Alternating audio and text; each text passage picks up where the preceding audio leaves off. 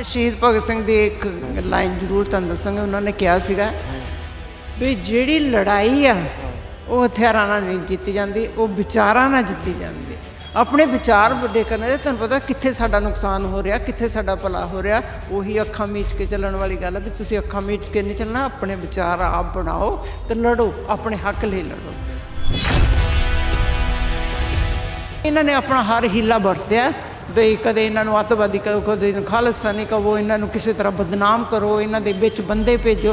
अजे भी बड़ा डर आ भी पता नहीं की ये करनगे। वो इस लोगों को जो बचाना है बिल्लां नाल नहीं कल्ले बचना। बिल्ला ਉਹਦਾ मूर्ख हैगा। साडी सरकार जिहड़ी आ किहड़ी गल आ कहंदे ठीक है नहीं एक मिनट नहीं लगदा असीं रहन दिंदे जे तुहानूं नहीं पसंद। तो गल तो यह है भी तुम बिल करके खुश हो जाओ भी कैंसल कराते, पर वो तो बाद लोगों को फिर किहदे हत्थ सौंपना। जिथे हक की लड़ाई होंदी है उत्थे तुसी शहीद भगत सिंह का नाम देखोगे क्यों वो जो बंदा देश के लिए लोगों के लिए अपनी जान दे के जाता, लोगों के चंगे रहन सहन लई, लोग उन्होंने किद्दां भुला सकते। चाहे सरकारां ने अज तक उन्होंने किसी भी सरकार ने 70-75 साल हो गए किसी ने शहीद का दर्जा नहीं दिता, पर वो लोगों के मन च इन्ने हर बंदा हर बच्चे नाल गल करो शहीद भगत सिंह। तुसीं जिहड़े लोगों के मन च बस आंदे वो लोगों लई ऊर्जा का काम हमेशा करदे। जिन्ने पार्लीमेंट च गए लोग सारे क्रिमिनल, उन्होंने क्रिमिनल बंदे तो तुसी की आस रखोगे कि भगत सिंह की सोच नूं किते लियाउण प्रैक्टिकल च लियाउणगे। बंदे नूं बंदे नाल कोई मतलब नहीं रह गया। जिवें ये मेरा गरीब भरा आ, इहने मेरे बराबर होना चाहिए।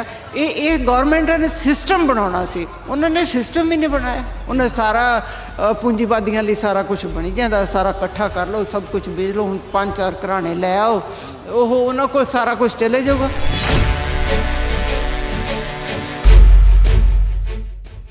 मैं हाँ नवरीत सिविया ते तुसी जुड़े हुए हो अखर दे नाल। दिल्ली धरने दे विच अज जिन्हां नाल मैं गल कर रहा इन्हां दा संबंध भारत दा कह लगे जिहड़ा पूरा अज असीं जिथे बैठे हाँ उहदा इतिहास, उहदा वर्तमान ते भविख दे विच भी जदों कोई अंदोलन होऊगा, जदों कोई हक्कां दी गल करूगा, जिहड़ा नां उहदे दिल दे विच सब तो पहिलां जिहड़ी आवाज़ उठूगी जिस नां दी, उस शख्स दे नाल, उस महान शख्स दे नाल इन्हां दा संबंध है। इन्हां दा संबंध शहीद भगत सिंह दे नाल है। मेरे नाल उन्हां दे भांजी ने, इन्हां दा नाम है गुरजीत कौर। बहुत बहुत स्वागत है जी तुहाडा। सत श्री अकाल जी।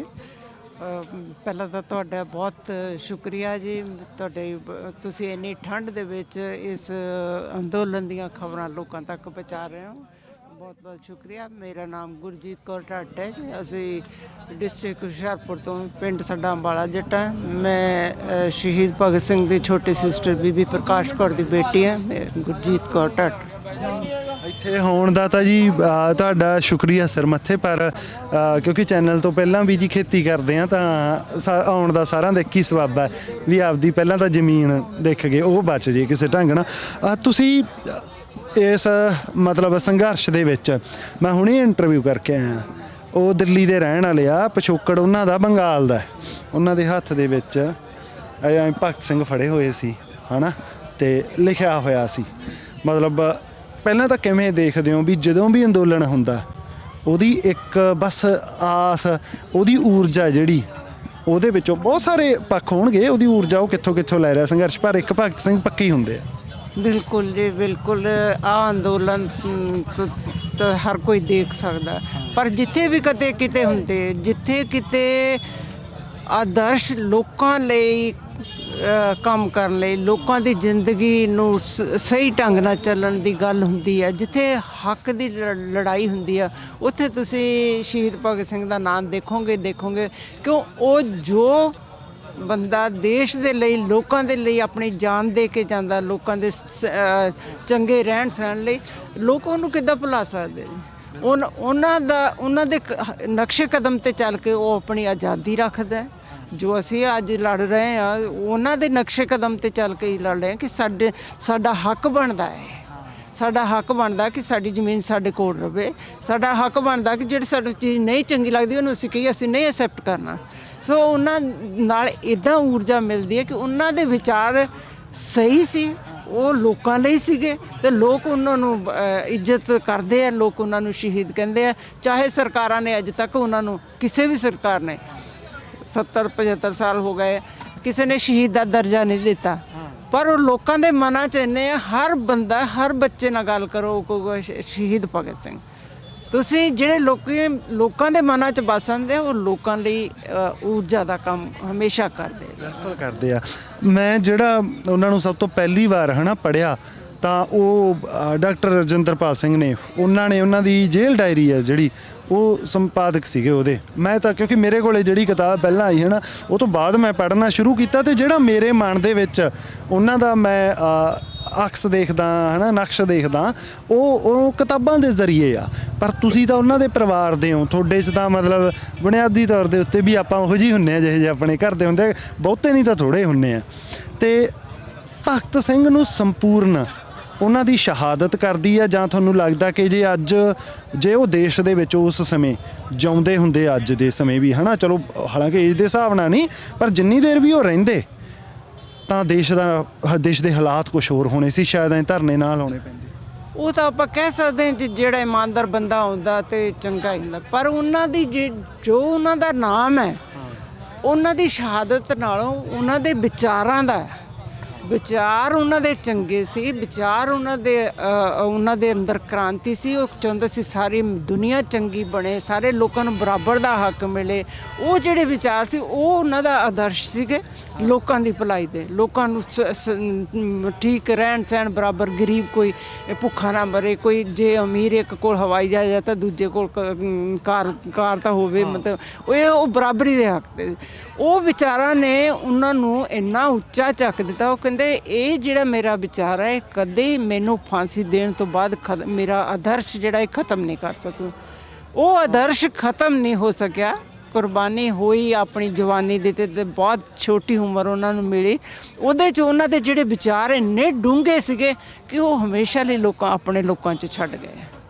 ਤਾਂ ਇਸ ਕਰਕੇ ਉਹ ਬਹੁਤ ਉੱਚੇ, ਬਹੁਤ ਹਰ ਪੋਲੀਟੀਕਲ ਪਾਰਟੀਆਂ ਉਹਨਾਂ ਨੂੰ ਜਦੋਂ ਹੁੰਦੇ ਆ ਕੋਈ ਇਲੈਕਸ਼ਨ ਤਾਂ ਕਲੇਮ ਕਰਦੀਆਂ ਉਹ ਕਹਿੰਦੀਆਂ ਕਿ ਅਸੀਂ ਇਹਨਾਂ ਦੇ ਰਸਤੇ 'ਤੇ ਚੱਲਾਂਗੇ, ਪਰ ਤੁਹਾਨੂੰ ਲੱਗਦਾ ਕੋਈ ਚੱਲ ਸਕਿਆ ਹੁਣ? ਨਹੀਂ ਜੀ, ਨਹੀਂ, ਉਹ ਤਾਂ ਚੀਜ਼ ਹੀ ਨਹੀਂ ਆਈ, ਉਹ ਇਮਾਨਦਾਰੀ ਨਹੀਂ ਆਈ ਇਹਨਾਂ 'ਚ ਵੀ ਥੋੜਾ ਵੀ ਇੱਕ ਸਾਈਡ ਲੈ ਕੇ ਉਹ ਕੁਛ ਇੱਕ ਵਿਚਾਰ ਲੈ ਕੇ ਵੀ ਕੋਈ ਸਰਕਾਰ ਆ ਜਾਂਦੀ ਵੀ ਅਸੀਂ ਇਸ ਵਿਚਾਰ ਦੇ ਉੱਤੇ ਅਸੀਂ ਲੋਕਾਂ ਦਾ ਭਲਾ ਕਰਨਾ, ਤਾਂ ਵੀ ਕਹਿੰਦੇ ਲੋਕਾਂ ਜੋ ਲੀਡਰ ਆਏ ਹੌਲੀ ਹੌਲੀ ਮਾਹੌਲ ਇੰਨਾ ਖਰਾਬ, ਕਰਪਸ਼ਨ, ਉਹ ਹਰੇਕ ਚੀਜ਼। ਕਿਤੇ ਤੁਸੀਂ ਜਾ ਕੇ ਆਪਣੇ ਲਈ ਇਨਸਾਫ ਨਹੀਂ ਮੰਗ ਸਕਦੇ ਕਿਤੇ, ਜੇ ਕਿਹੜੀ ਮਰਜ਼ੀ ਜਗ੍ਹਾ 'ਤੇ ਚੱਲ ਜਾਓ। ਅੱਜ ਤੁਸੀਂ ਕਹਿ ਨਹੀਂ ਸਕਦੇ ਵੀ ਆਹ ਬੜਾ ਇਮਾਨਦਾਰ ਹੈਗਾ ਜਿਹੜਾ ਡਿਪਾਰਟਮੈਂਟ ਹੈ ਜਾਂ ਉਹਨਾਂ ਦਾ ਮੁੱਢ ਸਾਡੇ ਲੀਡਰਾਂ ਦੇ ਬੰਦੇ। ਤਾਂ ਤੁਸੀਂ ਬਾਕੀ ਲੋਕਾਂ ਦੀ ਗੱਲ ਛੱਡੋ, ਜਿੰਨੇ ਪਾਰਲੀਮੈਂਟ 'ਚ ਗਏ ਲੋਕ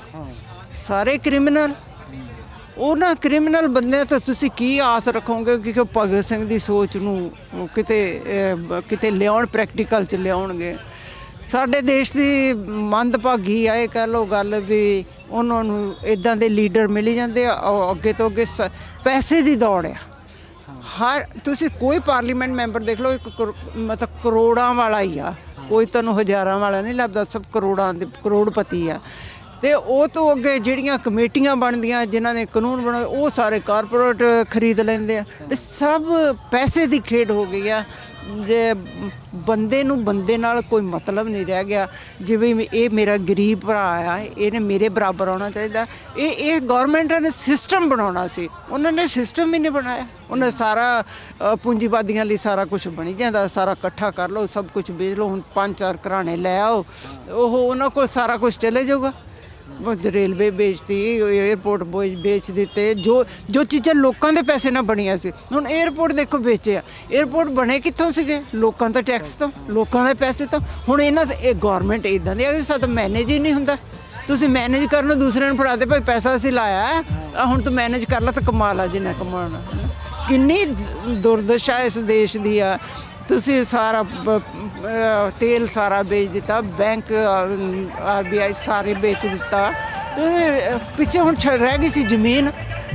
ਹੁਣ ਇਹ ਦਿਸਣ ਲੱਗ ਪਿਆ ਸੀ ਵੀ ਹੁਣ ਖਾਣ ਲਈ ਬਾਕੀ ਸਾਰੇ ਬਿਜ਼ਨਸ ਤਾਂ ਥੱਲੇ ਜਾ ਸਕਦੇ ਆ, ਜਾ ਵੀ ਰਹੇ ਆ। ਇਹ ਇੱਕ ਖੇਤੀ ਆ ਜਿਹੜੇ ਬੰਦੇ ਨੂੰ ਜੀਣ ਲਈ, ਹਰੇਕ ਨੂੰ ਖਾਣ ਲਈ ਤਾਂ ਚਾਹੀਦਾ ਆ, ਇਹ ਹਮੇਸ਼ਾ ਫਾਇਦੇ 'ਚ ਜਾਣੀ। ਹੁਣ ਇਸ ਕਾਰਪੋਰੇਟ ਨੇ ਇਕੱਠੇ ਹੋ ਕੇ ਸਾਰਿਆਂ ਨੇ ਇਹ ਸਿਸਟਮ ਚਲਾਇਆ ਵੀ ਤੁਸੀਂ ਉਹਨਾਂ 'ਤੇ ਜ਼ਮੀਨ ਉਹਨਾਂ ਤੋਂ ਕਿਸੇ ਤਰ੍ਹਾਂ ਲਓ, ਫਿਰ ਸਾਰਾ ਕੁਝ ਇਕੱਠਾ ਕਰਕੇ ਰੱਖ ਲਓ, ਫਿਰ ਤੁਹਾਡੇ ਤੋਂ ਮੰਗਣਗੇ ਵੀ ਸਾਨੂੰ ਦਿਓ। ਮੰਗਤੇ ਬਣਾ ਕੇ ਆਪਣੇ ਅੱਗੇ ਖੜੇ ਕਰ ਲਈਏ। ਇਹ ਇਹਨਾਂ ਦੀ ਚਾਲ ਆ। ਤੇ ਉਹ ਹੁਣ ਅਖੀਰ ਤੇ ਪਹੁੰਚੀ ਹੈ ਚਾਲ। ਹੁਣ ਜਦ ਅਖੀਰ ਪਹੁੰਚੀ ਹੈ ਤਾਂ ਲੋਕਾਂ ਦੇ ਜਿਹੜਾ ਕਿਸਾਨ ਆ ਉਹ ਆਪਣੀ ਜ਼ਮੀਨ ਨਾਲ ਬਹੁਤ ਜੁੜਿਆ। ਹੁਣ ਤੁਸੀਂ ਦੇਖ ਲਓ ਜਿਹੜੇ ਕੈਨੇਡਾ ਅਮਰੀਕਾ ਚਲ ਗਏ, ਆਪਣੀ ਜ਼ਮੀਨ ਨਹੀਂ ਵੇਚਣਾ ਚਾਹੁੰਦੇ, ਇੰਨੇ ਜੁੜੇ ਆ। ਉਹ ਕਹਿੰਦੇ ਚਲੋ ਪਈ ਰਹੂਗੀ ਨਾ, ਸਾਡਾ ਕੋਈ ਭਰਾ ਖਾਊਗਾ ਚੱਕਰ। ਇੱਥੇ ਆ ਕੇ ਮਾਰ ਖਾ ਗਈ ਸਰਕਾਰ ਵੀ ਲੋਕ ਇਹ ਸਭ ਨੇ ਇੱਕ ਦੂਜੇ ਨਾਲ। ਜੇ ਪੰਜਾਬ ਦਾ ਕਿਸਾਨ ਆ, ਹੁਣ ਹਰਿਆਣੇ ਦਾ ਕਿਸਾਨ ਵੀ ਉੱਦਾਂ ਦਾ ਹੀ ਆ, UP ਦਾ ਵੀ ਉੱਦਾਂ ਦਾ, ਰਾਜਸਥਾਨ ਦੇ ਵਿੱਚ ਸਾਰੀਆਂ ਸਟੇਟ ਦੇ ਕਿਸਾਨਾਂ ਦੀ ਉਹੀ ਹਾਲਤ ਹੈ ਜੋ ਪੰਜਾਬ ਦੀ। ਸੋ ਸਾਰੇ ਇਕੱਠੇ ਹੋ ਕੇ ਚੱਲੇ ਆ। ਇਹਨਾਂ ਨੂੰ ਇੰਨੀ ਆਸ ਨਹੀਂ ਸੀ ਵੀ ਇੱਦਾਂ ਹੋਊਗੀ, ਤੇ ਇਹਨਾਂ ਨੇ ਆਪਣਾ ਹਰ ਹੀਲਾ ਵਰਤਿਆ ਬਈ ਕਦੇ ਇਹਨਾਂ ਨੂੰ ਅੱਤਵਾਦੀ ਕਹੋ, ਕਦੇ ਖਾਲਿਸਤਾਨੀ ਕਹੋ, ਇਹਨਾਂ ਨੂੰ ਕਿਸੇ ਤਰ੍ਹਾਂ ਬਦਨਾਮ ਕਰੋ, ਇਹਨਾਂ ਦੇ ਵਿੱਚ ਬੰਦੇ ਭੇਜੋ। ਅਜੇ ਵੀ ਬੜਾ ਡਰ ਆ ਵੀ ਪਤਾ ਨਹੀਂ ਕੀ ਇਹ ਕਰਨਗੇ। ਪਰ ਸਾਡੇ ਜਿਹੜੇ ਆਗੂ ਆ ਜਥੇਬੰਦੀਆਂ ਦੇ ਬਹੁਤ ਸਿਆਣੇ ਆ, ਬਹੁਤ ਸਮਝਦਾਰ ਆ। ਇਹਨਾਂ ਨੇ ਸਾਰਿਆਂ ਨੂੰ ਬੜਾ ਡਿਸਿਪਲਨ 'ਚ ਰੱਖਿਆ। ਔਰ ਸਾਡੇ ਯੂਥ ਜਿਹੜਾ, ਮੈਂ ਸਭ ਤੋਂ ਜ਼ਿਆਦਾ ਖੁਸ਼ ਹਾਂ ਵੀ ਯੂਥ ਜਿਹੜਾ ਨਾ ਉਹ ਬੜੇ ਡਿਸਿਪਲਨ ਚੱਲ ਰਿਹਾ। ਅਤੇ ਇੱਕ ਜਿਹੜੀ ਖੁਸ਼ੀ ਹੁੰਦੀ ਹੈ ਇੱਥੇ ਆ ਕੇ ਦੇਖ ਕੇ ਵੀ ਇੰਨਾ ਭਾਈਚਾਰਾ ਹੈ। ਅੱਗੇ ਹਰਿਆਣਾ ਪੰਜਾਬ ਲੜਾਈ ਹੁੰਦੀ ਰਹਿੰਦੀ। ਹੁਣ ਇੰਨੇ ਖੁਸ਼ ਹੋ ਕੇ ਜੇ ਪੰਜਾਬੀ ਜਾਂਦਾ ਤਾਂ ਹਰਿਆਣੇ ਵਾਲੇ ਕਹਿੰਦੇ ਆਓ ਤੁਸੀਂ ਇੱਕ ਵਾਰੀ ਸਾਡਾ ਖਾਣਾ ਖਾ ਕੇ ਜਾਓ। ਅਸੀਂ ਰਸਤੇ 'ਚ ਤੁਰੇ ਹੁੰਦੇ ਸੀ, ਅਸੀਂ ਨਹੀਂ ਚਾਹੁੰਦੇ ਵੀ ਕੋਈ ਰਸਗੁੱਲਾ ਅਤੇ ਗੁਲਾਬ ਜਾਮਣ ਵੀ ਅਸੀਂ ਖਾਈਏ। ਅਸੀਂ ਕਹਿੰਦੇ ਮਿੱਠਾ ਆ ਬਹੁਤ ਜ਼ਿਆਦਾ। ਉਹ ਸਾਨੂੰ ਇੰਨੇ ਬਜ਼ੁਰਗ ਨੇ ਇੰਨੀ ਇੱਜ਼ਤ ਨਾਲ, ਇੰਨੇ ਜ਼ੋਰ ਨਾਲ ਕਿਹਾ ਵੀ ਸਾਨੂੰ ਖਾਣਾ ਹੀ ਪਿਆ। ਉਹ ਕਹਿੰਦੇ ਸੀ ਹਰਿਆਣਾ ਦਾ ਦੇਖੋ ਅਸੀਂ ਤੁਹਾਨੂੰ ਜ਼ਰੂਰ ਖਵਾਉਣਾ। ਵਿੱਚ ਹੀ ਤੁਹਾਨੂੰ ਦੋਨਾਂ ਨੂੰ ਟੋਕਦਾ ਮੈਂ, ਤਾਂ ਬਾਅਦ 'ਚ ਸਵਾਲ ਹੁਣ ਤੁਹਾਨੂੰ ਕਰੂੰਗਾ ਅਗਲਾ। ਤੁਹਾਨੂੰ ਸ਼ਾਇਦ ਇਹ ਗੱਲ ਤੁਸੀਂ ਨੋਟ ਕੀਤੀ ਹੋਵੇ ਜਾਂ ਸ਼ਾਇਦ ਨਾ ਵੀ ਕੀਤੀ ਹੋਵੇ, ਪਰ ਮੈਂ ਇੱਕ ਚੀਜ਼ ਬਹੁਤ ਨੋਟ ਕਰਦਾ, ਹਰਿਆਣੇ ਦੀਆਂ ਟਰਾਲੀਆਂ ਦੇ ਉੱਤੇ ਭਗਤ ਸਿੰਘ ਦੀ ਫੋਟੋ ਹੋਊਗੀ। ਹਰਿਆਣੇ ਦੀ ਤੋਂ ਜਿਹੜੀ ਵੀ ਟਰਾਲੀ ਆਉਂਦੀ ਹੈ ਤੁਸੀਂ ਜਾ ਕੇ ਚੈੱਕ ਕਰ ਲਿਓ, ਜੇ ਬਾਹਰ ਨਹੀਂ ਤਾਂ ਅੰਦਰ। ਮੈਂ ਤਾਂ ਜਿੰਨੀਆਂ 100 ਦੇਖੀਆਂ ਤਾਂ ਮੈਨੂੰ 99 ਘੱਟੋ ਘੱਟ ਟਰਾਲੀਆਂ ਉਹ ਮਿਲੀਆਂ ਜਿਨ੍ਹਾਂ ਤੇ ਭਗਤ ਸਿੰਘ ਦੀ ਫੋਟੋ ਨਹੀਂ ਆ। ਪਿੱਛੇ ਜਿੰਨੀਆਂ ਮੂਵਮੈਂਟ ਦੇਖੋ, GNU ਦੀ ਹੋਈ ਸੀ, ਯੂਨੀਵਰਸਿਟੀ ਦੀ, ਸ਼ਹੀਨ ਬਾਗ ਸੀਗਾ, ਤਾਮਿਲਨਾਡੂ ਦੇ ਵਿੱਚ ਕੋਈ ਐਜੀਟੇਸ਼ਨ ਹੋਵੇ, ਕੇਰਲਾ 'ਚ ਹੋਵੇ, ਅਸਾਮ 'ਚ ਹੋਵੇ, ਯੂਥ ਦਾ ਜਿੱਦਾਂ ਕਿ ਆਈਡੀਅਲਿਜ਼ਮ ਜਾਂ ਆਈਡੀਅਲ ਲੀਡਰ, ਉਹ ਉਹਨਾਂ ਦੇ ਮੇਨ ਮੋਟੋ ਜਿਹੜਾ ਹੈਗਾ ਉਹ ਭਗਤ ਸਿੰਘ ਆ। ਸ਼ਹੀਦ ਸਾਰੇ ਹੀ ਆ, ਇਹ 'ਚ ਕੋਈ ਸ਼ੱਕ ਨਹੀਂ। ਸਾਰਿਆਂ ਸ਼ਹੀਦਾਂ ਨੇ ਬਹੁਤ ਕੁਰਬਾਨੀਆਂ ਕੀਤੀਆਂ। ਕੋਈ ਕੁਦਰਤੀ ਹੁੰਦਾ ਕਿ ਕਿਸੇ ਦੇ ਖਿਆਲਾਤ, ਵਿਚਾਰ ਜਿਹੜੇ ਲੋਕਾਂ ਨੂੰ ਅੱਜ ਤੱਕ ਦੇਖ ਲਓ 1923 ਦੀ ਫਾਂਸੀ ਹੋਈ ਆ, ਹਾਂਜੀ, ਅਤੇ 1923 ਤੋਂ ਲੈ ਕੇ 100 ਸਾਲ ਹੀ ਹੋ ਚੱਲਿਆ, 21 ਆ ਗਿਆ, ਫਿਰ ਵੀ 1931 ਦੇ ਵਿੱਚ ਹੋਈ ਫਾਂਸੀ। ਅਤੇ ਸਵਾਲ ਪੁੱਛਾਂ ਤੁਹਾਨੂੰ ਵੀ ਕਈ ਵਾਰੀ ਮੰਨ ਲਓ ਹੁਣ ਮੈਂ ਤਾਂ ਬਹੁਤ ਪਿਛਲੇ, ਜਿੰਨਾ ਕੁ ਸਾਡੀ ਉਮਰ ਹੈ ਜੀ, ਤੁਹਾਡੇ ਨੂੰ ਬਹੁਤ ਅਸੀਂ ਬੱਚਿਆਂ ਵਰਗੇ ਆ ਤੁਹਾਡੇ, ਪਰ ਜਿੰਨੀ ਕੁ ਮੇਰੀ ਉਮਰ ਆ ਜਾਂ ਹੈ ਨਾ, ਅਸੀਂ ਜਰਨਲਿਜ਼ਮ ਦੇ ਵਿੱਚ ਆ ਕੇ ਦੇਖਦੇ ਹਾਂ ਬਹੁਤ ਲੀਡਰ ਜੋ ਕਲੇਮ ਕਰ ਰਹੇ ਹੁੰਦੇ ਆ, ਹੈ ਨਾ, ਹਰ ਵਾਰ ਭਗਤ ਸਿੰਘ ਦਾ ਜਨਮ ਦਿਹਾੜਾ ਜਾਂ ਸ਼ਹੀਦੀ ਦਿਹਾੜੇ 'ਤੇ ਹੈ ਨਾ, ਉਹ ਕਹਿੰਦੇ ਆ, ਭਾਸ਼ਣ ਦਿੰਦੇ ਆ ਵੱਡੇ। ਉਦੋਂ ਤੁਹਾਨੂੰ ਵੀ ਸ਼ਾਇਦ ਇਹ ਨਹੀਂ ਲੱਗ ਰਿਹਾ ਹੁੰਦਾ ਵੀ ਯਾਰ ਆਹ ਕੀ ਕਰੀ ਜਾਂਦੇ ਹੋ ਯਾਰ, ਕੰਮ ਤਾਂ ਤੁਸੀਂ ਸਾਰੇ ਉਦੋਂ ਉਲਟੇ ਕਰਦੇ ਹੋ। ਇਸ ਤਰ੍ਹਾਂ ਨਾ ਉਹਨਾਂ ਕੋਲ ਆਪਣਾ ਪਲੇਟਫਾਰਮ ਹੈ ਨਹੀਂ ਲੋਕਾਂ ਦੇ ਵਿੱਚ। ਜੇ ਆਉਣਾ ਕੋਈ ਆਪਣਾ ਆਪਣੇ ਲੀਡਰ ਦਾ ਜਾਂ ਕਿਸੇ ਦਾ ਦੱਸਣਾ ਕੀਤਾ, ਇਸ ਕਰਕੇ ਉਹ ਇੱਕ ਬੇਸ ਲਈ, ਜਿੱਦਾਂ ਕਿਸੇ ਨੀਂਹ ਦੇ ਉੱਤੇ ਬਿਲਡਿੰਗ ਉਸਾਰਨੀ ਹੁੰਦੀ ਆ, ਇੱਕ ਇਹ ਸ਼ਹੀਦ ਹੈਗੇ ਆ ਜਿਨ੍ਹਾਂ ਦੇ ਉੱਤੇ ਆਪਣਾ ਆਸਰਾ ਟੀਕ ਲਾ ਕੇ ਫਿਰ ਅੱਗੇ ਚੱਲਦੇ। ਹੁੰਦਾ ਲੁੱਟਣਾ, ਜਿਹੜੀ ਗੱਲ 'ਚ ਤੁਸੀਂ ਪਹਿਲਾਂ ਕਰਦੇ ਸੀਗੇ ਨਾ ਵੀ ਸਿਸਟਮ ਦੀ ਹੋ ਰਿਹਾ, ਹੋਇਆ ਕੀ ਆ, ਆਪਾਂ ਸਾਰਿਆਂ ਨੂੰ ਕਰਪਟ ਕਹੀ ਜਾਂਦੇ ਆ। ਡੈਮੋਕ੍ਰੇਸੀ ਦਾ ਪਹਿਲਾ ਪਿੱਲਰ ਆ ਵਿਧਾਨਕਾਰ, ਪਾਰਲੀਮੈਂਟ, ਅਸੈਂਬਲੀਆਂ ਹੁੰਦੀਆਂ, ਉਹ ਲੋਕਾਂ ਨੇ ਚੁਣਨੀਆਂ। ਉਸ ਸਿਸਟਮ ਨੇ ਬਿਊਰੋਕਰੇਟ ਚੁਣਨੇ, ਉਸ ਸਿਸਟਮ ਨੇ ਜੱਜ ਬਣਾਉਣੇ, ਹਾਂਜੀ, ਉਸ ਸਿਸਟਮ ਨੇ ਇਲੈਕਸ਼ਨ ਕਮਿਸ਼ਨ, ਚੋਣ ਕਮਿਸ਼ਨ ਬਣਾਉਣਾ। ਜਦੋਂ ਜਿਹਦੀ ਨੀਂਹ ਕੱਚੀ ਆ, ਜਦੋਂ ਵਿਧਾਨਕਾਰ ਹੀ ਕਰਪਟ ਹੋ ਗਏ, ਉਹਨਾਂ ਦੀ ਆਤਮਾ ਮਰ ਗਈ, ਤਾਂ ਉਹ ਚੋਣਕਾਰ ਕਿਵੇਂ ਚੰਗੇ ਹੋ ਸਕਦੇ? ਜਿਵੇਂ ਅੱਜ ਸੁਪਰੀਮ ਕੋਰਟ ਦਾ ਰੌਲਾ ਪਿਆ, ਜਿਹੜੀ ਕਮੇਟੀ ਬਣਾਈ ਸੀ ਕਿ ਸਾਰਿਆਂ ਨੇ ਕਿਹਾ ਸਾਨੂੰ ਮਨਜ਼ੂਰ ਨਹੀਂ, ਕਿਉਂਕਿ ਉਹ ਪਹਿਲਾਂ ਹੀ ਸਰਕਾਰ ਪੱਖੀ ਸੀ, ਇਸੇ ਸ਼ੱਕੀ ਹੋ ਗਏ ਨਾ। ਤੇ ਜਦੋਂ ਇਹ ਜਿਹੜੇ ਚੋਣ ਕਰਤਾ ਆ, ਇਹ ਖੁਦ ਕਰਪਟ ਹੈਗੇ ਆ, ਖੁਦ ਇਹਨਾਂ ਦਾ ਨਿਸ਼ਾਨਾ ਕਬਜ਼ਾ ਕਰਨਾ, ਜ਼ਬਰਦਸਤ, ਮਤਲਬ ਲੋਕਾਂ ਦਾ ਸ਼ੋਸ਼ਣ ਕਰਕੇ ਲੋਕਾਂ ਨੂੰ ਇਨਸਾਫ ਨਹੀਂ ਦੇਣਾ, ਹਾਂਜੀ। ਤੇ ਇਸ ਕਰਕੇ ਸਾਰਾ ਸਿਸਟਮ ਜਿਹੜਾ ਨਾ, ਇਹ ਹੁਣ ਜਿਹੜਾ ਅੰਦੋਲਨ ਬਣਿਆ, ਮੈਂ ਕਹਿੰਦਾ ਕੁਦਰਤ ਦਾ ਕਰਿਸ਼ਮਾ, ਕਿ ਕਿਸੇ ਨੇ ਸੋਚਿਆ ਨਹੀਂ ਸੀ। ਸਰਕਾਰਾਂ ਵੀ ਇਸੇ ਕੋਲੋਂ ਭੁਲੇਖਾ ਖਾ ਗਈਆਂ ਕਿ ਇਹ ਜਿਹੜਾ ਪੰਗਾ ਲੈ ਬੈਠੇ ਹੈਗੇ ਆ, ਤੇ ਉਹ ਤੋਂ ਪਿੱਛੇ ਹਟਣ ਨੂੰ ਤਿਆਰ ਨਹੀਂ। ਤੁਹਾਡੇ ਨਾਲ ਵੀ ਮੈਂ ਇਹ ਗੱਲ ਕਹਿਣੀ ਚਾਹੁੰਦਾ ਕਿ ਤੁਹਾਨੂੰ ਕੋਈ ਚੀਜ਼ ਦਿੱਤੀ ਜਾ ਰਹੀ ਆ, ਤੁਸੀਂ ਕਹਿੰਦੇ ਮੈਨੂੰ ਇਹਦਾ ਫਾਇਦਾ ਨਹੀਂ, ਮੈਨੂੰ ਨਹੀਂ ਚਾਹੀਦੀ। ਤੁਸੀਂ ਦੱਸਦਾ ਮੈਨੂੰ ਫਾਇਦਾ ਨਹੀਂ, ਮੈਨੂੰ ਘਾਟਾ ਹੈ, ਮੈਂ ਮਰ ਜਾਊਂਗਾ। ਪਰ ਸਰਕਾਰ ਵੀ ਦੱਸ ਦੇਵੇ ਵੀ ਜੇ ਸਰਕਾਰ ਇਹ ਕਾਨੂੰਨ ਲਾਗੂ ਨਾ ਕਰੇ ਤਾਂ ਹਿੰਦੁਸਤਾਨ ਨੂੰ ਕੀ ਘਾਟਾ ਪਏਗਾ। ਉਹ ਇਹ ਦੱਸ ਦੇਣ ਵੀ ਹਿੰਦੁਸਤਾਨ ਨਹੀਂ ਬਚਣਾ ਬਈ ਜੇ ਲਾਗੂ ਨਾ ਕੀਤੇ। ਜਿਹਦੇ ਫਾਇਦੇ ਦੀ ਗੱਲ ਕਰੋ ਤਾਂ ਦੁਹਾਈਆਂ ਦਿੰਦਾ, ਮਹੀਨਿਆਂ ਬੱਧੀ ਹੋ ਗਏ, ਇੰਨੇ ਬੰਦੇ ਸ਼ਹਾਦਤਾਂ ਪਾ ਗਏ ਆ, ਹਾਂਜੀ। ਤੇ ਪਰ ਸਰਕਾਰ ਵੀ ਦੱਸ ਦੇਵੇ, ਸੁਪਰੀਮ ਕੋਰਟ ਹੀ ਦੱਸਦਾ ਹੈ ਕਿ ਭਾਈ ਜੇ ਤੁਸੀਂ ਨਾ ਲਾਗੂ ਕਰੋਗੇ ਤਾਂ ਮੁਲਕ ਮਰ ਜਾਊਗਾ। ਮੈਂ ਵਿੱਚ ਹੀ ਤੁਹਾਡੀ ਇੱਕ ਨਾ ਗੱਲ ਰੋਕ ਕੇ ਕਰਦਾ ਵੀ ਰਵੀਸ਼ ਕੁਮਾਰ ਨੇ, ਬਹੁਤ ਵੱਡੇ ਪੱਤਰਕਾਰ ਨੇ ਭਾਰਤ ਦੇ, ਉਹ ਹਮੇਸ਼ਾ ਭਗਤ ਸਿੰਘ ਦੀ ਇੱਕ ਲਾਈਨ ਨੂੰ ਕੋਟ ਕਰਦੇ ਆ ਕਿ ਕਿਸੇ ਮਗਰ ਅੱਖਾਂ ਬੰਦ ਕਰਕੇ ਲੱਗ ਜਾਣਾ ਵੀ ਇੱਕ ਤਰ੍ਹਾਂ ਦੀ ਗੁਲਾਮੀ ਹੁੰਦਾ, ਹੈ ਨਾ। ਸਰਕਾਰ ਨੇ ਸ਼ਾਇਦ ਇੱਕ ਉਹਦਾ ਵਰਗ ਪੈਦਾ ਕਰ ਲਿਆ, ਹੈ ਨਾ, ਉਹ ਸਫਲ ਹੋ ਗਈ। ਜਿਹੜੇ ਕਿ ਹਮੇਸ਼ਾ ਕਹਿ ਦਿੰਦੇ ਆ ਵੀ ਠੀਕ ਆ ਸਰਕਾਰ ਜੋ ਕਰਦੀ ਹੈ ਸਹੀ ਹੈ ਜੀ, ਸਾਰਾ ਕੁਝ, ਹੈ ਨਾ। ਇਹ ਤਾਂ ਹੁਣ ਨਹੀਂ, ਮੈਨੂੰ ਇਹ ਲੱਗਦਾ ਇਹ ਜਿਹੜੀ ਅੱਖਾਂ ਮੀਚਣ ਵਾਲੀ ਗੱਲ ਹੈ ਨਾ, ਆਜ਼ਾਦੀ ਤੋਂ ਬਾਅਦ ਜਦੋਂ ਆਜ਼ਾਦੀ ਮਿਲ ਗਈ, ਸਾਰੇ ਲੋਕ ਬੜੇ ਖੁਸ਼ ਹੋ ਗਏ ਕਿ ਅਸੀਂ ਤਾਂ ਆਜ਼ਾਦ ਹੋ ਗਏ, ਹੁਣ ਅਸੀਂ ਵਧੀਆ ਹੀ ਵਧੀਆ ਰਹਿਣਾ, ਸਾਡੀ ਗੌਰਮੈਂਟ ਆ ਜਾਣੀ, ਸਾਡੇ ਲਈ ਬਹੁਤ ਕੁਝ ਕਰਨਾ, ਚੁੱਪ ਕਰਕੇ ਆਰਾਮ ਨਾਲ ਬੈਠ ਕੇ ਸੌਂ।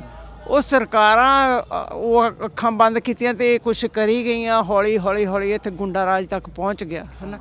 ਹੁਣ ਜਦ ਗੁੰਡਾ ਰਾਜ ਤੱਕ ਪਹੁੰਚੇ, ਹੁਣ ਅੱਖਾਂ ਖੁੱਲੀਆਂ, ਹੁਣ ਉੱਠੇ ਆ, ਹੁਣ ਇਹ ਕਰਨ ਕਿ ਉਹ ਜਿਹੜਾ ਵਿਸ਼ਵਾਸ ਸੀਗਾ ਨਾ, ਲੋਕਾਂ ਨੇ ਵਿਸ਼ਵਾਸ ਕੀਤਾ ਸੀਗਾ ਉਸ ਆਜ਼ਾਦੀ ਤੋਂ ਬਾਅਦ ਵੀ ਜਿਹੜੇ ਅੱਗੇ ਆਗੂ ਆਏ ਆ, ਕਿਉਂਕਿ ਉਸ ਵੇਲੇ ਮੈਂ ਤੁਹਾਡੇ ਤੋਂ ਕਾਫੀ ਪਹਿਲੇ, ਮੇਰਾ ਤਾਂ 46 ਦਾ ਬਰਥ ਆ।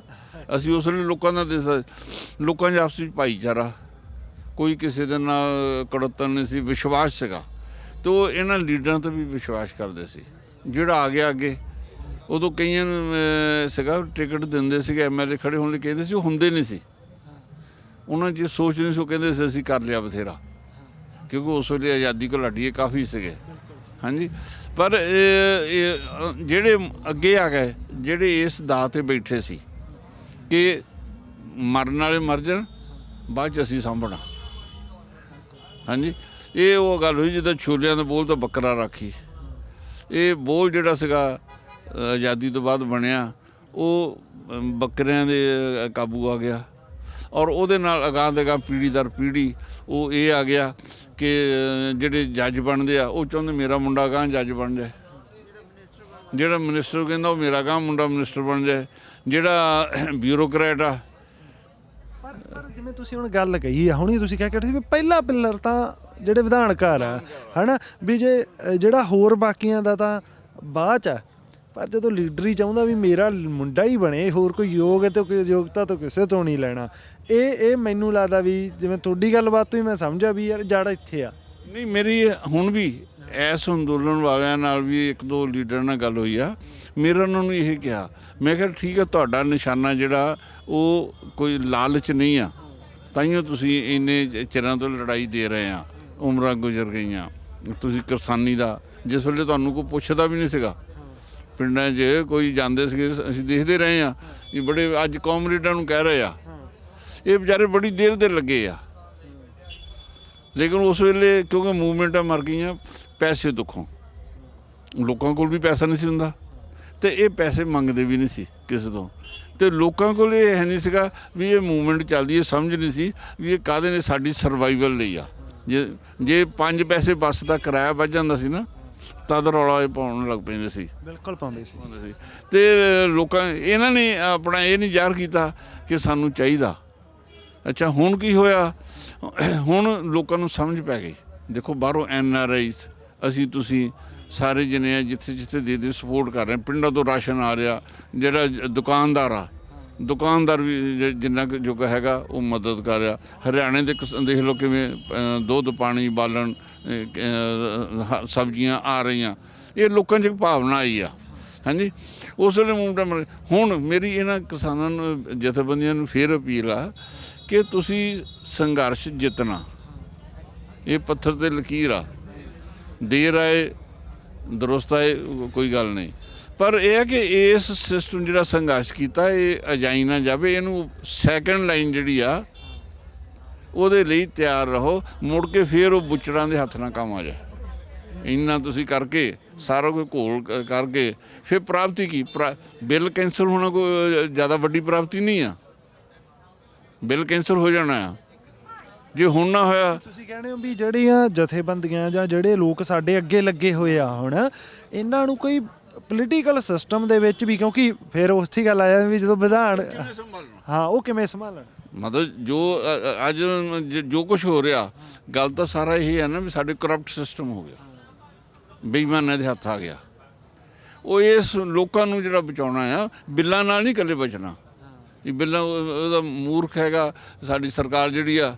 ਕਿਹੜੀ ਗੱਲ ਆ ਕਹਿੰਦੇ ਨੂੰ ਠੀਕ ਆ, ਨਹੀਂ ਇੱਕ ਮਿੰਟ ਨਹੀਂ ਲੱਗਦਾ ਅਸੀਂ ਰਹਿਣ ਦਿੰਦੇ ਜੇ ਤੁਹਾਨੂੰ ਨਹੀਂ ਪਸੰਦ। ਤੇ ਗੱਲ ਤਾਂ ਇਹ ਆ ਵੀ ਤੁਸੀਂ ਬਿੱਲ ਕਰਾ ਕੇ ਖੁਸ਼ ਹੋ ਜਾਓ ਵੀ ਅਸੀਂ ਕੈਂਸਲ ਕਰਾਤੇ, ਪਰ ਉਹਦੇ ਤੋਂ ਬਾਅਦ ਲੋਕਾਂ ਨੂੰ ਫਿਰ ਕਿਹਦੇ ਹੱਥ ਸੌਂਪਣਾ? ਲੋੜ ਉਸ ਚੀਜ਼ ਦੀ ਹੈ। ਸਾਡਾ ਜਿਹੜਾ ਯੂਥ ਆ ਇਸ ਵੇਲੇ ਸਭ ਤੋਂ ਵੱਡੀ ਗੱਲ ਸਾਨੂੰ ਯੂਥ ਆ, ਕਿਉਂਕਿ ਜਿਸ ਮੁਲਕ ਦਾ ਯੂਥ ਬਰਬਾਦ ਹੋ ਗਿਆ, ਨੌਜਵਾਨ ਬਰਬਾਦ ਹੋ, ਉਹਦੇ ਕੋਲ ਨੌਜਵਾਨ ਜਿਹਦੇ ਪਰਿਵਾਰ ਦੇ ਵਿੱਚ ਆ, ਜੇ ਪਰਿਵਾਰ ਦੇ ਵਿੱਚ ਨੌਜਵਾਨ ਨਾ ਹੋਵੇ ਉਹ ਪਰਿਵਾਰ ਦਾ ਕੀ ਹਸ਼ਰ ਹੋਏਗਾ? ਇੱਕ ਮੈਂ ਤੁਹਾਨੂੰ ਵੈਸੇ ਹੀ ਗੱਲ ਪੁੱਛਦਾ ਦੋਨਾਂ ਨੂੰ, ਹੈ ਨਾ, ਇਹ ਸੇਮ ਸਵਾਲ ਆ। ਹੁਣ ਮੇਰੇ ਅਗਲੇ 2 ਸਵਾਲ ਦੋਨਾਂ ਨੂੰ ਸੇਮ ਰਹਿਣਗੇ। ਤੁਸੀਂ ਪਰਿਵਾਰ ਤੋਂ ਵੀ ਸੁਣੀਆਂ ਹੋਣੀਆਂ ਗੱਲਾਂ, ਜਦੋਂ ਆਜ਼ਾਦੀ ਦੀ ਗੱਲ ਸੀਗੀ ਉਦੋਂ ਵੀ ਸ਼ੁਰੂ ਦੇ ਵਿੱਚ ਕਹਿ ਲਓ ਜਾਂ ਫਿਰ ਕਹਿ ਲਓ ਵੀ ਲੰਬੇ ਸਮੇਂ ਤੱਕ ਤਾਂ ਕੁਛ ਕੁ ਲੋਕ ਹੀ ਹੋਣੇ ਆ ਜੀ, ਮਤਲਬ ਉਹ ਕੋਈ 5-10% ਤਬਕਾ ਹੀ ਹੋਣਾ ਸਮਾਜ ਦਾ, ਕਿਉਂਕਿ ਉਦੋਂ ਵੀ ਕਈ ਲੋਕ ਹੋਣਗੇ ਜਿਹੜੇ ਜਿਵੇਂ ਹੁਣ ਪੰਜਾਬ 'ਚ ਕੋਈ ਘਰੇ ਹੀ ਬੈਠਾ, ਕੋਈ ਆਪਦਾ ਇਹਨੂੰ ਆਇਆ ਵੀ ਮੇਰਾ ਤਾਂ ਕੰਮ ਚੱਲੀ ਜਾਂਦਾ। ਉਦੋਂ ਵੀ ਤਾਂ ਲੋਕ ਇਹ ਸੋਚਦੇ ਹੋਣੇ ਆ ਜੀ 5-10% ਹੀ ਜਗ੍ਹਾ ਸੀ ਕਿ ਸਾਰੇ ਹੀ ਖੜੇ ਸੀ। ਉਹ ਮੋਟੀ ਮਿਸਾਲ ਦਿੰਨਾ, ਸ਼ਹੀਦ ਭਗਤ ਸਿੰਘ ਨੂੰ ਇੱਥੋਂ ਜਦੋਂ ਸਾਂਡਰਸ ਕਾਂਡ ਹੋਇਆ, ਦੁਰਗਾ ਭਾਬੀ ਲੈ ਕੇ ਜਾਣੇ ਵਾਲੀ ਸੀ ਕਲਕੱਤੇ। ਅੱਛਾ ਜੀ। ਮਤਲਬ ਉਹਨਾਂ ਦਾ ਬੱਚਾ ਸੀਗਾ, ਇਹਨੀ ਵਾਲ ਉਦੋਂ ਕਟਾਏ ਆ, ਹੈਡ ਵਾਲੀ ਫੋਟੋ ਉਦੋਂ ਦੀ ਆ, ਉਹ ਇਹਨਾਂ ਨੂੰ ਲੈ ਕੇ ਗਏ ਆ। ਹਾਂਜੀ ਉਹਦੇ ਤੋਂ ਬਾਅਦ ਚੰਦਰ ਸ਼ੇਖਰ ਆਜ਼ਾਦ, ਉਹਦੀ ਮਾਤਾ ਸੀ, ਹਾਂਜੀ ਵਾਈਫ ਤਾਂ ਨਹੀਂ ਸੀ, ਮਾਤਾ ਸੀਗੀ। ਉਹਨਾਂ ਦੀ ਹਾਲਤ ਦੱਸੋ, ਅੱਜ ਤੱਕ ਕਿਸੇ ਵੀ ਸਿਸਟਮ ਨੇ ਚੰਦਰ ਸ਼ੇਖਰ ਆਜ਼ਾਦ ਦੀ ਮਾਤਾ ਭਾਂਡੇ ਮਾਂਜਦੀ ਮਰੀ। ਹੁਣ ਲੈ ਲਓ ਊਧਮ ਸਿੰਘ ਦਾ ਆਸ਼ਰਮ 'ਚੋਂ ਗਿਆ ਸੀ, ਯਤੀਮ ਸੀ, ਕਿਸ ਲੈਵਲ 'ਤੇ ਪਹੁੰਚਿਆ? ਇੰਗਲੈਂਡ ਦੇ ਵਿੱਚ ਜਾ ਕੇ ਉੱਥੇ ਜਾ ਕੇ ਉਹ ਬਦਲਾ ਲੈਣਾ, ਤੇ ਉਹਦਾ ਭਤੀਜਾ ਰੋੜੀ ਕੁੱਟੇ। ਇਹ ਸਿਸਟਮ ਨੇ ਲੋਕਾਂ ਨੂੰ ਮੈਸੇਜ ਦਿੱਤਾ ਕਿ ਜੇ ਤੁਸੀਂ ਦੇਸ਼ ਭਗਤ ਬਣੋਗੇ ਤਾਂ ਭੁੱਖੇ ਮਰੋਗੇ। ਬਿਹਤਰ ਹੈ ਤੁਸੀਂ ਬੇਈਮਾਨਾਂ ਦੇ ਨਾਲ ਰਲ ਕੇ ਸਾਨੂੰ ਵੀ ਰਜਾਓ, ਆਪਣੀ ਵੀ ਝੋਲੀ ਭਰੋ। ਡਿਸਕਰੇਜ ਕੀਤਾ ਸ਼ਹੀਦ ਭਗਤ ਸਿੰਘ ਦੇ ਪਰਿਵਾਰ ਨੂੰ ਇਹਨਾਂ ਨੇ ਕਿੱਥੇ ਆਨਰ ਕੀਤਾ? ਇਹ ਸਿਰਫ 1972 ਦੇ ਵਿੱਚ ਇੱਕ ਗੱਲ ਕਹਾਂਗਾ ਕਿ ਉਸ ਵੇਲੇ ਦੇ ਜਿਹੜੇ ਕਹਿੰਦੇ ਕੁਛ ਸੀਗੇ, ਗਿਆਨੀ ਜੈਲ ਸਿੰਘ ਸੀ, ਉਸ ਨੇ ਪੰਜਾਬ ਮਾਤਾ ਦਾ ਸਾਨੂੰ ਵੀ ਪਹਿਲਾਂ ਕਿਤਾਬਾਂ 'ਚ ਸੀਗਾ, ਵਰਨਾ ਸਾਨੂੰ ਇਸ ਫੈਮਿਲੀ ਦਾ ਬਿਲਕੁਲ ਪਤਾ ਨਹੀਂ ਸੀਗਾ ਵੀ ਇਹਨਾਂ ਦੇ ਕਿੰਨੇ ਕੁ ਮੈਂਬਰ ਹੈਗੇ ਆ, ਕਿੰਨੇ ਕੀ ਕਰਦੇ ਕੀ ਨਹੀਂ ਕਰਦੇ। ਹਾਂਜੀ ਮੈਂ ਇਹੀ ਕਹਿੰਦੀ ਸੀ ਵੀ ਕਿਸੇ ਨੂੰ ਬਟੂਕੇਸ਼ਵਰ ਦੱਤ ਸੀਗੇ ਨਾ ਜੀ ਜਿਹੜੇ ਮਾਮਾ ਜੀ, ਉਹ ਕਾਲੇ ਪਾਣੀ ਤੋਂ ਆ ਕੇ ਫਿਰ ਬਾਅਦ ਵਿੱਚ ਰਹਿ ਮੁੰਗੇਰ ਜਗ੍ਹਾ, ਉਹਨਾਂ ਨੇ ਕਿਤੇ ਅਖਬਾਰ 'ਚ ਪੜ੍ਹਿਆ, ਜਦ ਮਾੜਾ ਜਿਹਾ ਉਹਨਾਂ ਨੂੰ ਪਤਾ ਲੱਗਾ ਵੀ ਸ਼ਹੀਦ ਭਗਤ ਸਿੰਘ ਦੇ ਮਾਤਾ ਜੀ ਹੈਗੇ ਆ, ਨਹੀਂ ਸੌਰੀ ਪ੍ਰੋਫੈਸਰ ਦਾ ਤਾਂ ਮਾਤਾ ਜੀ ਨੇ ਪੜਿਆ ਵੀ ਉਹ ਇੱਥੇ ਹਸਪੀਟਲ ਐਡਮਿਟ ਹੈ ਦਿੱਲੀ, ਤਾਂ ਉਹ ਮਿਲਣ ਆਏ ਸ਼ਹੀਦ ਭਗਤ ਸਿੰਘ ਦੇ ਮਾਤਾ ਜੀ, ਤੇ ਉਹ ਦੇਖ ਕੇ ਹੈਰਾਨ ਰਹਿ ਗਿਆ ਵੀ ਮੈਨੂੰ ਪਤਾ ਹੀ ਨਹੀਂ ਤੁਸੀਂ ਹੈਗੇ ਆ, ਜੀਂਦੇ ਆ। ਮਤਲਬ ਕਿਸੇ ਨੇ ਪੁੱਛਿਆ ਹੀ ਨਹੀਂ ਵੀ ਉਹਨਾਂ ਦੀ ਫੈਮਿਲੀ ਹੈਗੀ ਆ ਜਿੰਦੀ, ਕਿਸੇ ਬੰਦੇ ਨੂੰ ਕੋਈ ਯਕੀਨ ਨਹੀਂ ਕਰਦਾ ਸੀ ਉਹਨਾਂ ਦੇ ਮਾਤਾ ਜੀ ਅਜੇ ਹੈਗੇ ਵੀ। ਇਹ ਦੱਸਦੇ ਵੀ ਇਹਨਾਂ ਦੇ ਮੈਸੇਜ ਕਿੰਨੇ ਗਲਤ ਲੋਕਾਂ ਨੂੰ ਗਏ, ਪਰ ਹੁਣ ਜਦੋਂ ਇਹਨਾਂ ਨੇ ਗਲਤ ਕੀਤਾ, ਹੁਣ ਗੁਲਾਮੀ ਆਉਣ ਦਾ ਟਾਈਮ ਹੈ, ਹੁਣ ਲੋਕਾਂ ਨੂੰ ਪਤਾ ਲੱਗਾ ਵੀ ਇਹ ਸਾਡੇ ਨਾਲ ਕੀ ਕਰਦੇ ਰਹੇ, ਅਸੀਂ ਕਿੱਦਾਂ। ਜੇ ਤੁਹਾਡੇ ਤੋਂ ਮੈਂ ਪੁੱਛਾਂ, ਤੁਸੀਂ ਨਿੱਜੀ ਰਾਏ ਵੀ ਦੇ ਸਕਦੇ ਹੋ ਜਾਂ ਇਤਿਹਾਸਿਕ ਸੰਦਰਭ ਚੋਂ ਵੀ ਸਾਨੂੰ ਦੱਸ ਸਕਦੇ ਹੋ, ਜਿਹੜਾ ਤੁਹਾਨੂੰ ਠੀਕ ਲੱਗੇ। ਕਰਨਾ ਕੀ ਚਾਹੀਦਾ ਜੇ ਸੰਘਰਸ਼ ਆਪਾਂ ਸਾਰੇ ਜਿੱਤਣਾ ਚਾਹੁੰਦੇ ਆ? ਕਿਉਂਕਿ ਜਿੰਨੇ ਕੁ ਮੈਨੂੰ ਲੱਗਦਾ ਪੰਜਾਬ ਤੋਂ ਆਏ ਆ, ਉਹ ਜਾਂ ਹਰਿਆਣੇ ਤੋਂ ਵੀ ਆਏ ਆ, ਸੱਚੀਆਂ ਨੀਤਾਂ ਲੈ ਕੇ ਆਏ ਆ ਲੋਕ, ਹਨਾ ਵੀ ਇੱਥੇ ਇੰਨੀ ਠੰਡ 'ਚ ਕੌਣ ਪੈਂਦਾ ਜੀ, ਕੋਈ ਚਾਹ ਨੂੰ ਤਾਂ ਹਨਾ ਪਿਆ ਨਹੀਂ। ਤਿਉਹਾਰ ਛੱਡ ਕੇ ਲੋਕ ਇੱਥੇ ਆਏ, ਨਹੀਂ ਤਾਂ ਆਪਾਂ ਕਹਿੰਦੇ ਤਿਉਹਾਰ ਵਾਲੇ ਦਿਨ ਆਪਣੇ ਘਰ ਚੱਲੀਏ, ਹੈ ਨਾ, ਜਿੱਥੇ ਵੀ ਕਿਤੇ ਹੋਈਏ। ਸਾਰੇ ਲੋਕ ਇੱਥੇ ਆ ਕੇ ਬੈਠੇ ਆ। ਕਰਨਾ ਕੀ ਚਾਹੀਦਾ ਜਿੱਤਣ ਵਾਸਤੇ? ਕਰਨਾ ਜੀ ਇੱਕੋ ਹੀ ਆਪਣੇ ਲੋਕਾਂ ਕੋਲ ਹਥਿਆਰ ਹੈਗਾ, ਪ੍ਰੈਸ਼ਰ, ਲੋਕਾਂ ਦਾ ਪ੍ਰੈਸ਼ਰ। ਲੋਕ ਜਿੰਨੇ ਇਕੱਠੇ ਹੋਊਗੇ, ਜਿੰਨੇ ਲੋਕ ਆਉਣਗੇ, ਹੈ ਇਹ ਸਭ ਦਾ ਹੀ ਕੰਮ, ਇਕੱਲੇ ਕਿਸਾਨ ਦਾ ਨਹੀਂ ਆ, ਇਹ ਮਜ਼ਦੂਰ ਹਰ ਕਿਸੇ ਦਾ ਆ, ਮਜ਼ਦੂਰ, ਛੋਟੇ ਦੁਕਾਨਦਾਰ, ਛੋਟੇ ਬਿਜ਼ਨਸਮੈਨ, ਜੋ ਵੀ ਆ, ਸਭ ਦਾ ਹੀ ਆ। ਇਹ ਦੇਸ਼ ਨੂੰ ਬਚਾਉਣ ਦਾ ਟਾਈਮ ਹੈ। ਇਸ ਤੋਂ ਬਾਅਦ ਜੇ ਇਹ ਅਸੀਂ ਹਾਰ ਜਾਂਦੇ ਆ, ਫਿਰ ਕੋਈ ਮੌਕਾ ਨਹੀਂ ਅੱਜ ਤੁਹਾਡੇ ਕੋਲ ਉੱਠਣ ਦਾ ਮੁੜ ਕੇ। ਤੋ ਇਹੀ ਪ੍ਰੈਸ਼ਰ ਹੈ ਵੀ ਜਿੰਨੇ ਜ਼ਿਆਦਾ ਤੋਂ ਜੋ ਸ਼ਾਂਤੀ ਰੱਖੋ। ਦੇਖੋ ਸਾਡੇ ਕੋਲ ਇੱਕੋ ਹੀ ਹਥਿਆਰ ਆ, ਪ੍ਰੈਸ਼ਰ ਪਾਉਣ ਦਾ, ਦਿਖਾਉਣ ਦਾ ਵੀ ਅਸੀਂ ਲੋਕ ਸਾਰੇ ਤੁਹਾਡੇ ਉਲਟ ਆ। ਜੇ ਅੱਜ ਨਹੀਂ ਤਾਂ 2 ਸਾਲਾਂ ਨੂੰ ਅਸੀਂ ਤੁਹਾਡੇ ਉਲਟ ਜਾਵਾਂਗੇ, ਹੈ ਨਾ। ਉਹੀ ਇੱਕ ਹਥਿਆਰ ਹੈ। ਔਰ ਜੇ ਅਸੀਂ ਕਹੀਏ ਵੀ ਅਸੀਂ ਮਾਰ ਕੁਟਾਈ ਨਾ ਜਾਂ ਕਿਸੇ ਲੜਾਈ ਝਗੜੇ ਨਾ, ਉਹ ਲੋਕਾਂ ਕੋਲ ਤਾਕਤ ਨਹੀਂ ਹੁੰਦੀ। ਉਹ ਨਾ ਸਰਕਾਰਾਂ ਆ, ਉਹਨਾਂ ਕੋਲ ਤੋਪਾਂ ਆ, ਉਹਨਾਂ ਕੋਲ ਉਹ ਇਹ ਕੰਮ ਹੈ। ਤੁਸੀਂ ਮੈਂ ਵਿੱਚ ਹੀ ਟੋਕ ਦਿੰਦਾ ਕੋਈ ਨਹੀਂ ਵੀ ਅੱਜ ਦੇ ਜ਼ਮਾਨੇ ਦੀਆਂ, ਕਿਉਂਕਿ ਨਵੀਂ ਉਮਰ ਦੀਆਂ ਨਵੀਆਂ ਗੱਲਾਂ ਹਮੇਸ਼ਾ ਹੀ ਹੁੰਦੀਆਂ, ਵੀ ਅੱਜ ਦੇ ਜ਼ਮਾਨੇ ਦੇ ਅਸਲੀ ਬੰਬ ਸਾਡਾ ਇਹ ਸ਼ਾਂਤਮਈ ਸੰਘਰਸ਼ ਹੀ ਆ। ਅੱਜ ਦਾ ਹਥਿਆਰ ਆ ਜਿਹੜਾ ਵੱਡਾ, ਉਹ ਆਹੀ ਸ਼ਾਂਤਮਈ। ਮੈਂ ਸ਼ਹੀਦ ਭਗਤ ਸਿੰਘ ਦੀ ਇੱਕ ਲਾਈਨ ਜ਼ਰੂਰ ਤੁਹਾਨੂੰ ਦੱਸਾਂਗਾ। ਉਹਨਾਂ ਨੇ ਕਿਹਾ ਸੀਗਾ ਵੀ ਜਿਹੜੀ ਲੜਾਈ ਆ ਉਹ ਹਥਿਆਰਾਂ ਨਾਲ ਨਹੀਂ ਜਿੱਤੀ ਜਾਂਦੀ, ਉਹ ਵਿਚਾਰਾਂ ਨਾਲ ਜਿੱਤੀ ਜਾਂਦੀ। ਤੁਹਾਡੇ ਹਰ ਦੇਖੋ ਆਹ ਵਿਚਾਰ ਦੀ ਗੱਲ ਕਰਦੀ, ਵੀ ਕਿਸੇ ਅਨਪੜ੍ਹ ਬੰਦੇ ਨੂੰ ਤੁਸੀਂ ਅੱਜ ਪੁੱਛ ਲਓ ਵੀ ਇਹ ਕਾਲੇ ਕਾਨੂੰਨ ਕੀ ਆ, ਉਹ ਤੁਹਾਨੂੰ ਦੱਸ ਦਊਗਾ। ਇਹ ਤੁਹਾਡਾ ਵਿਚਾਰ ਜਿੱਦਾਂ ਤੁਸੀਂ ਗੱਲਾਂ ਤੁਹਾਨੂੰ ਪਤਾ ਲੱਗਦੀਆਂ, ਤੁਹਾਨੂੰ ਪਤਾ ਲੱਗਣੀਆਂ ਚਾਹੀਦੀਆਂ।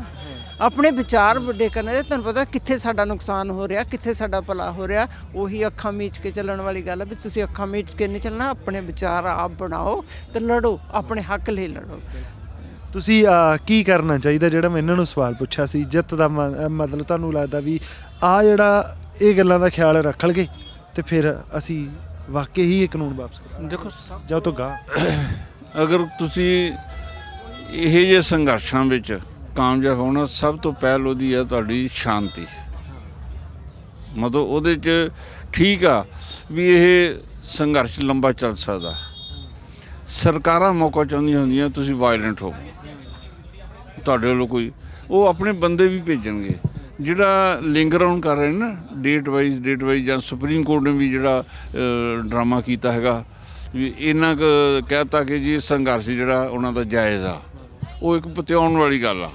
ਫੈਸਲਾ ਨਹੀਂ ਦਿੱਤਾ, ਕਿਉਂਕਿ ਜਦ ਕਾਨੂੰਨ ਦੇ ਵਿੱਚ ਹੀ, ਲਾਅ ਦੇ ਵਿੱਚ ਨਹੀਂ, ਕੌਂਸਟੀਟਿਊਸ਼ਨ 'ਚ ਕਿ ਖੇਤੀ ਦਾ ਜਿਹੜਾ ਅਧਿਕਾਰ ਆ ਉਹ ਇਹਨਾਂ ਦੇ ਕੋਲ ਸੂਬਿਆਂ ਕੋਲ। ਮੈਂ ਮਾਫੀ ਇਸ ਲਈ ਚਾਹਣਾ ਤੁਹਾਡੇ ਤੋਂ, ਕਿਉਂਕਿ ਇੱਥੇ ਇਹਨਾਂ ਦਾ ਪ੍ਰੋਗਰਾਮ ਸ਼ੁਰੂ ਹੋਣਾ ਤੇ ਉਹ ਮੈਨੂੰ ਬਾਰ-ਬਾਰ ਸਾਰੇ ਜਣੇ ਇਸ਼ਾਰੇ ਕਰੀ ਜਾਂਦੇ ਆ। ਮੈਂ ਮਾਫੀ ਮੰਗਦਾ, ਪਰ ਕਿਉਂਕਿ ਇਹਨਾਂ ਨੇ ਪ੍ਰੋਗਰਾਮ ਸਾਰਿਆਂ ਨੇ ਸ਼ੁਰੂ ਕਰਨਾ, ਤਾਂ ਤੁਹਾਡਾ ਬਹੁਤ ਬਹੁਤ ਸ਼ੁਕਰੀਆ, ਤੁਸੀਂ ਇਸ ਵੀਡੀਓ ਦਾ ਹਿੱਸਾ ਬਣੇ।